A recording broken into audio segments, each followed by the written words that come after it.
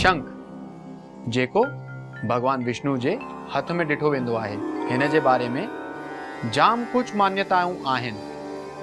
चवंदा आहिनि कि शंख जो पाणी घर में विझण सां, हुन जा छंडा हणण सां जेका नकारात्मक ऊर्जा आहे उहा निकिरी वेंदी आहे ऐं सकारात्मक ऊर्जा यानी कि पॉजिटिव एनर्जी तव्हांजे घर में ईंदी आहे।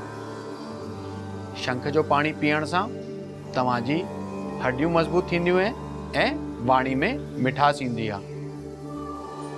माता लक्ष्मी जे अॻियां शंख रखण सां तव्हांजे घर में सुख, समृद्धि ऐं वैभव जी प्राप्ति थींदी आहे। शंख जी पूजा करण सां तव्हांजी सभु मनोकामना पूर्ण थींदियूं आहिनि। जंहिंखे साह खणण में तकलीफ़ थींदी हुजे, रोज़ शंख वॼाइण सां तव्हांजी उहा तकलीफ़ बि धीरे धीरे घटिजंदी वेंदी।